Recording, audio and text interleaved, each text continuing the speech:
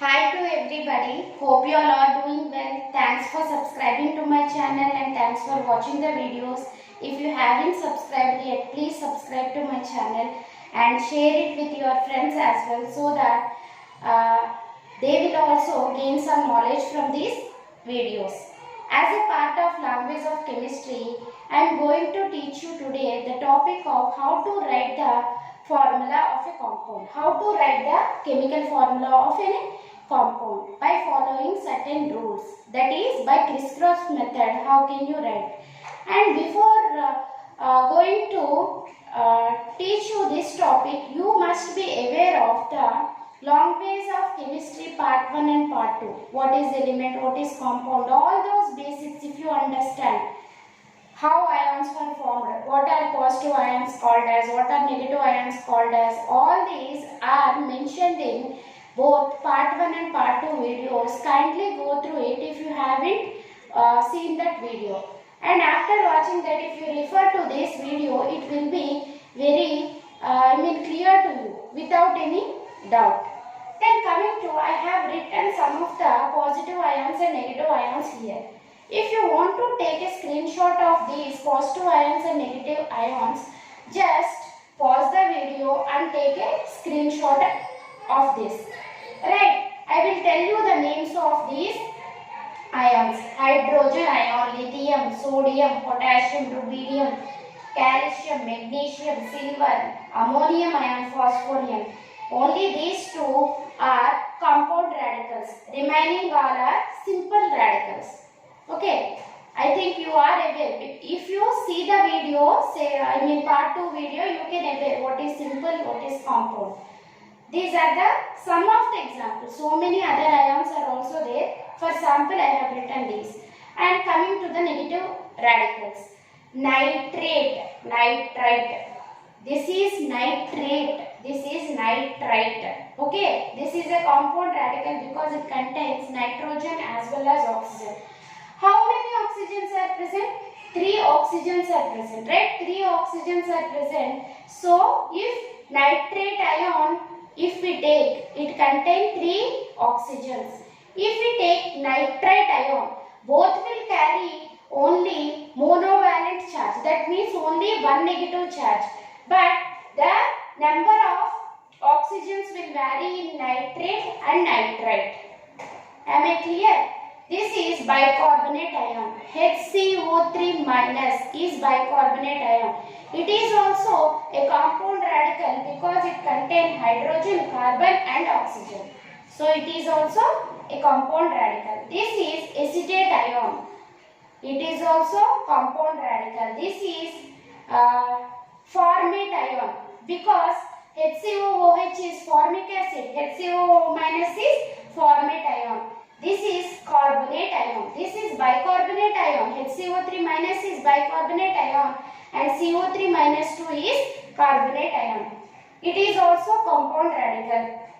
MnO4 minus. This is permanganate ion. SO4 minus 2 sulfate ion.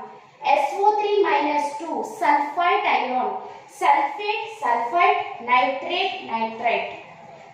In both cases, the number of oxygens is varying. Nitrate, nitrate, nitrite, sulfate, sulfite. But they both carry the charge of 2 only. Bivalent negative ions. Bivalent negative ions. Both sulfate and sulfite. Okay. These are about some of the anions. And here I have mentioned 3. Differently, oxygen is kept separately. Oxygen can form 3 types of ions. First one is oxide ion having 2 negative charge. That means it is a bivalent anion. The second one is O2 minus 2. It is peroxide ion. Peroxide ion. This is O2. In subscript 2 is there. The charge is only minus 1. Minus 1. This is superoxide. This is oxide. This is peroxide. This is superoxide. Definitely you should remember these things. What is this? This is oxide. O2 minus charge is oxide. O2. Subscript 2. Two oxygen molecules carrying 2 negative charge is peroxide. And two oxygen molecules carrying only 1 negative charge is superoxide. This is about the ions what I have given here. So, we have to first know how to write the formula. For writing the formula, first we have to write and take one cation and anion. And that too we should remember. On the basis of what we have to write the formula, the total charge on the compound is always neutral. That means the total positive charge is equal to total negative charge. Keeping that in mind, we have to write the formula of any compound. Any compound will contain two radicals, that is positive radical and negative radical. The positive radical is cation and the negative radical is anion. And we have to consider that we can assume that the total charge on the compound is always 0. That means total positive charge is equal to total negative charge. By keeping that in mind, we have to write the formula of any compound. So the first step what we have to do is, we have to write the cation to the left side. We have to write the cation to the left side, and we have to write the anion to the right side. Left side. What is, we have to take one of the cations. See, here I am taking this Mg plus 2. Okay. And we have to take the anion on the right side, right? So, I am taking this bicarbonate. Bicarbonate radical I have taken and I have written on the right side. So, after writing this, what we have to do is, we have to crisscross these values. And if the value is somewhat higher, then what we have to do, we have to divide both the values with a HCF. Highest common factor. With highest common factor, we have to divide the values. Are you getting the point? First of all, we have to take cation to the left side and anion to the right side. And we have to multiply, we have to divide the values. What are the charges present here? With highest common factor, HCF. We have to divide it. Then simply we have to crisscross these values. Minus means here it represents -1. Right? Simply we have to crisscross these values. Crisscross these values without any charge. We should not include the charge. And where we have to place these charges? We have to place these charges as a subscript. As a subscript, we have to place these values without including the charge. If it is a simple radical, we can write it directly the value as subscript. If it is a compound radical,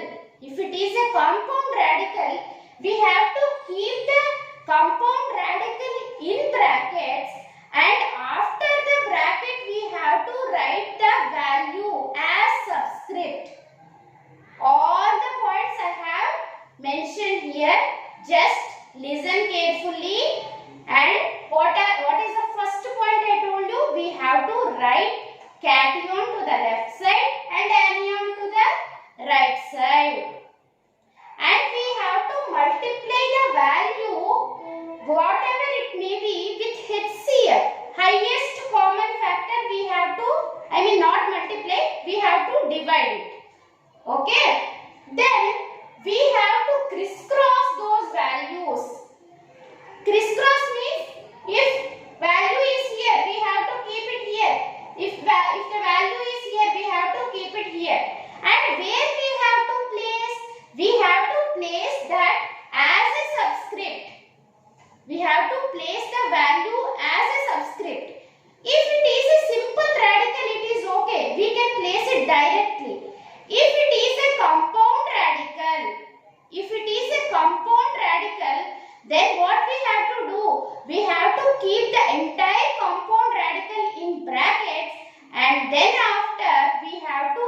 the value as a subscript. I think you are clear now. See, Mg plus 2 is there and HCO3 minus is there.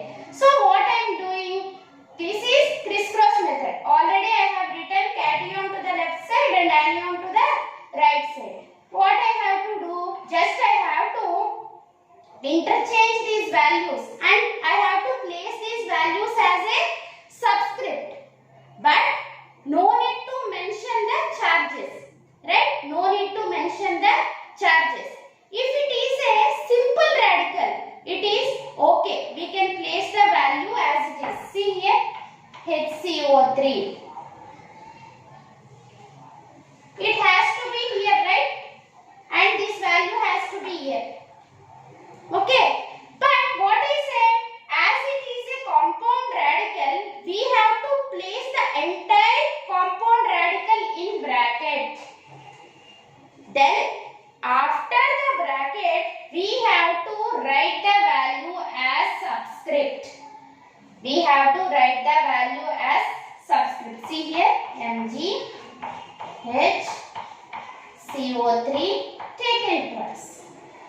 Magnesium bicarbonate.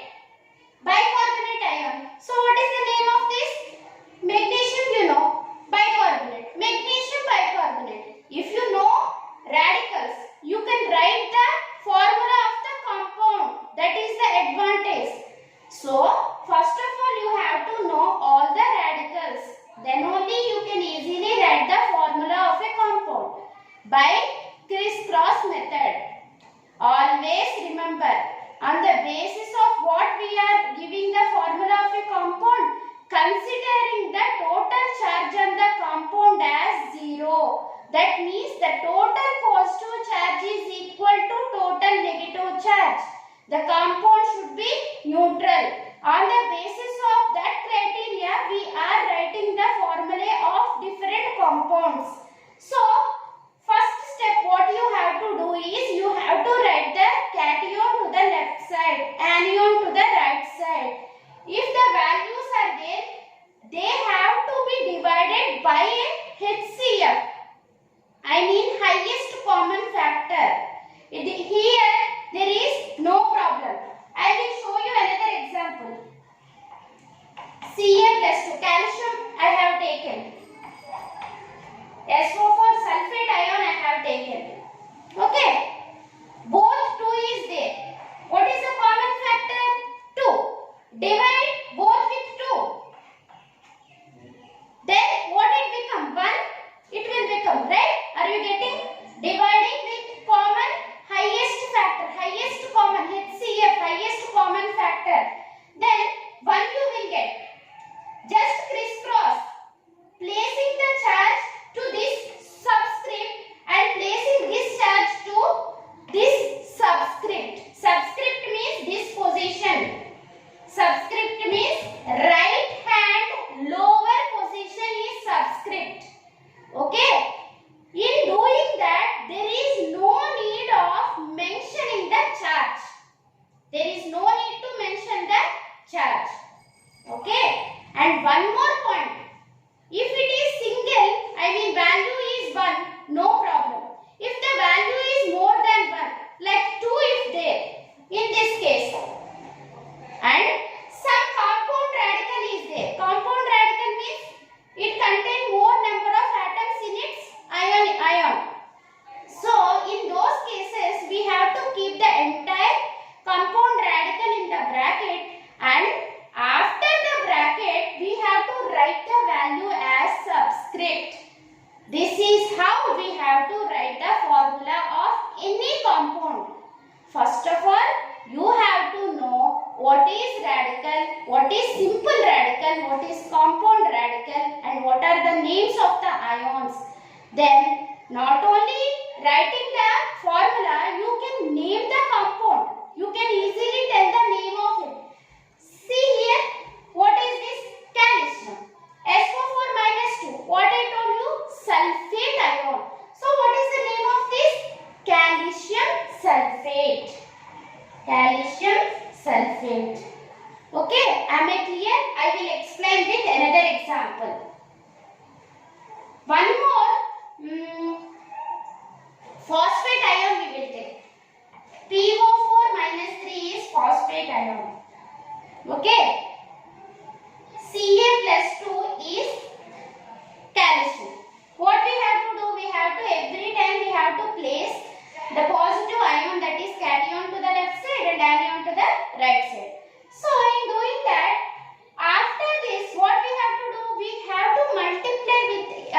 we have to divide with any HCl, but the common factor is not there.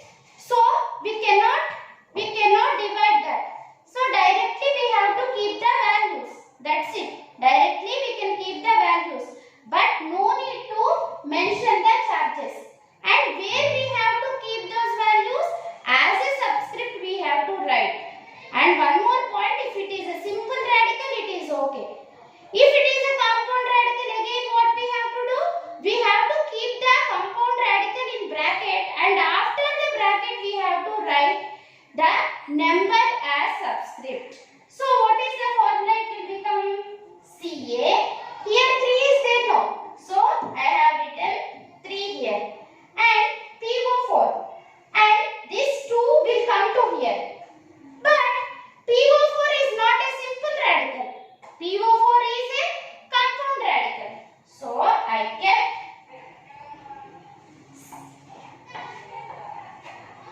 PO4 in brackets, and after the bracket I have kept this 2. Within the bracket something is there and we have kept some value means, what do you mean by that? That value belongs to the species which is present in this bracket. That means 2 phosphorus, 4 into 2, 8 oxygens. If only one value, see here, it is coming after dividing with a common factor, it is coming 1, 1. So no need to give 1, 1. If no value is mentioned means, that means it is 1. Okay, if more than 1 means some value has to be mentioned like this. You can write any formula by following these rules. It is very important. You can name the compound if you know the radicals.